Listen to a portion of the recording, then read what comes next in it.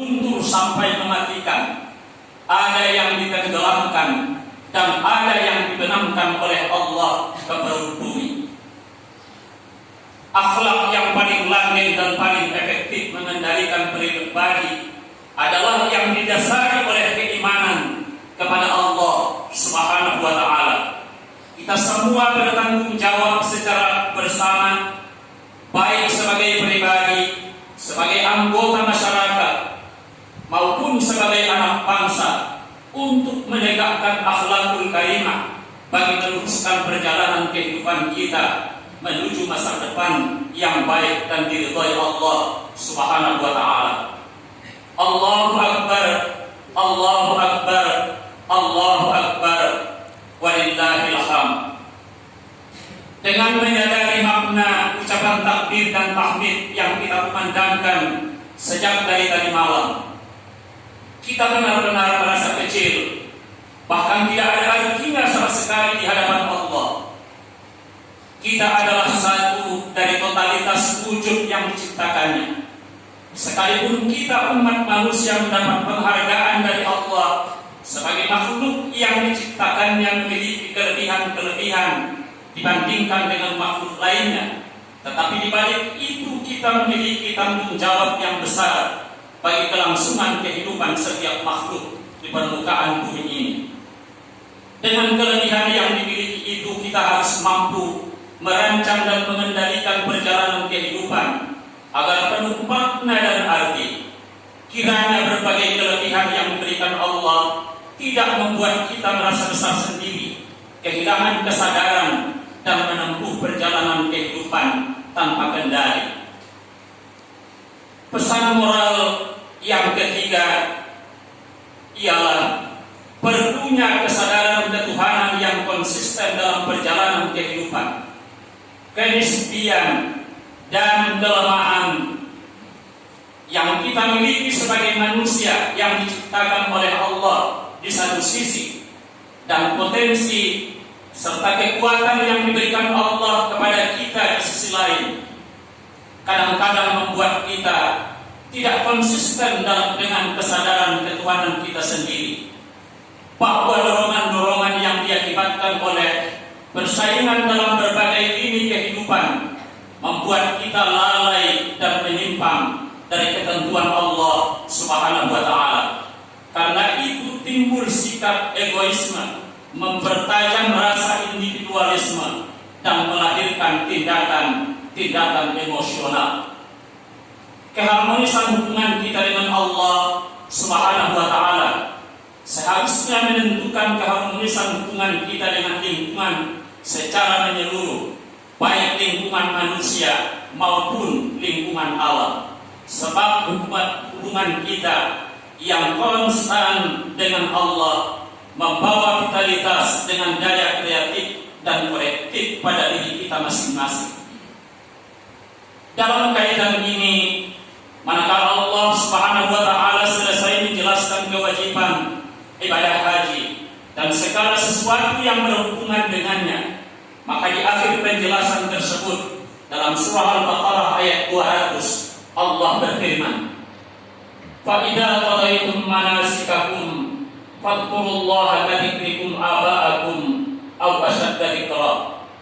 Apabila kamu telah selesai melaksanakan ibadah haji kamu, kata Allah, maka ingatlah kamu kepada Allah sebagaimana kamu mengingat dua ibu bapa kamu, atau melebihi dari sebatas mengingat dua ibu bapa.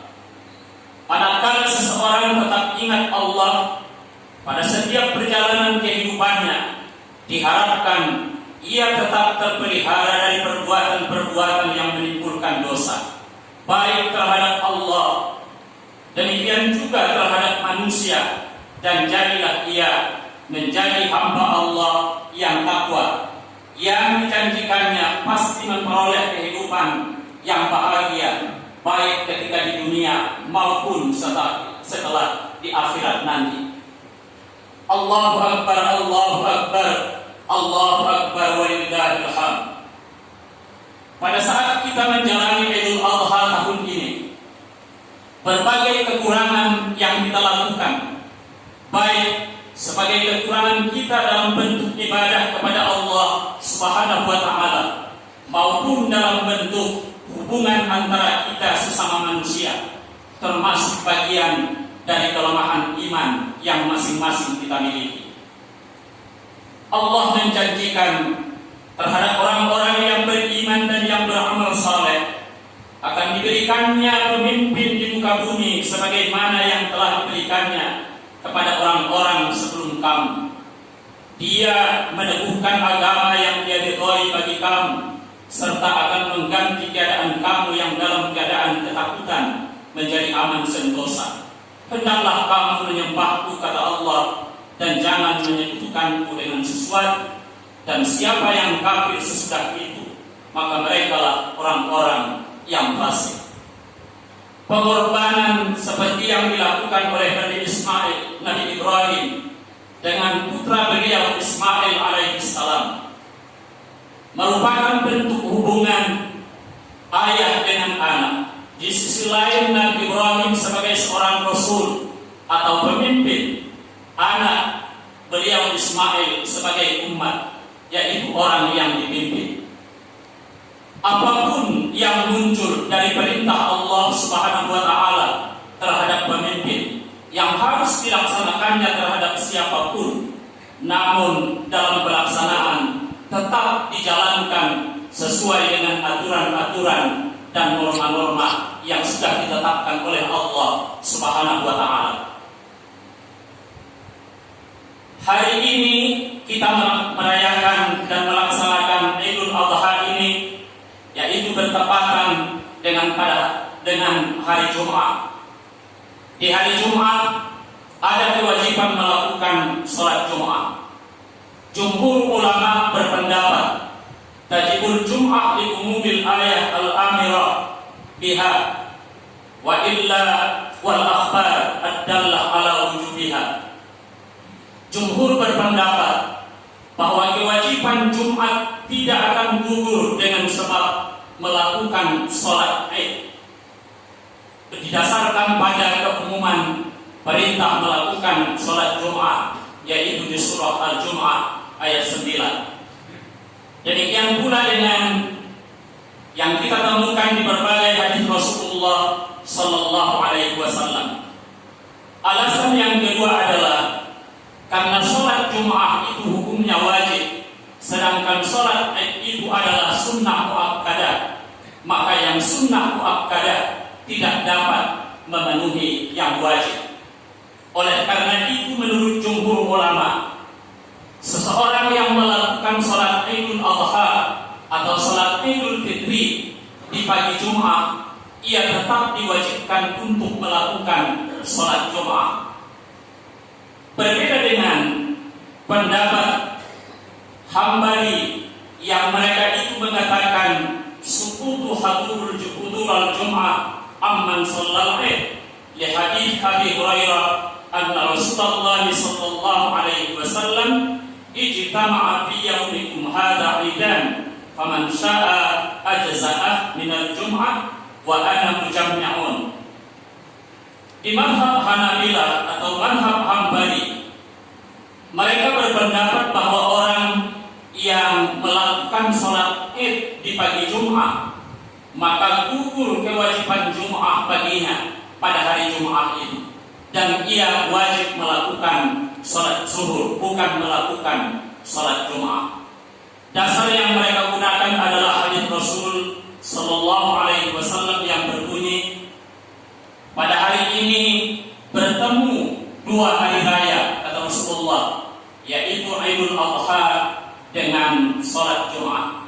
Maka siapa yang ingin untuk memadamkan sholat hari rayanya, maka ia tidak wajib melakukan sholat Jumat, tapi tetap wajib melakukan sholat zuhur. Inilah dalil dan alasan yang dikemukakan oleh para ulama ketika menentukan bagaimana hukumnya melakukan sholat Jumat pada hari Jumat yang hari itu bertepatan dengan hari raya.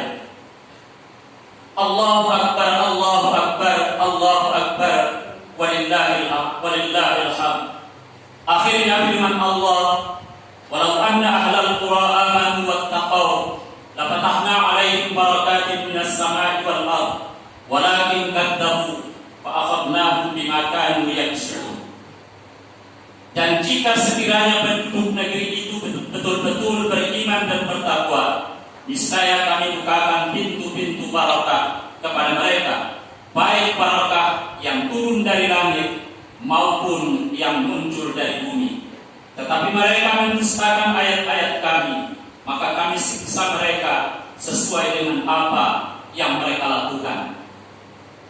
Barakallahu li wa lakum fil Qur'anil 'azim wa nafa'ani wa iyyakum bima fihi minal ayati wa dzikril hakim wa taqabbala minni wa minkum tilawatahu innahu huwal ghafurur rahim. Wa astaghfirullaha li wa lakum wa liwalidayya wa liwalidaykum wa lisa'iril muslimin fa ya fawzal mustaghfirin wa ya najatat taibin.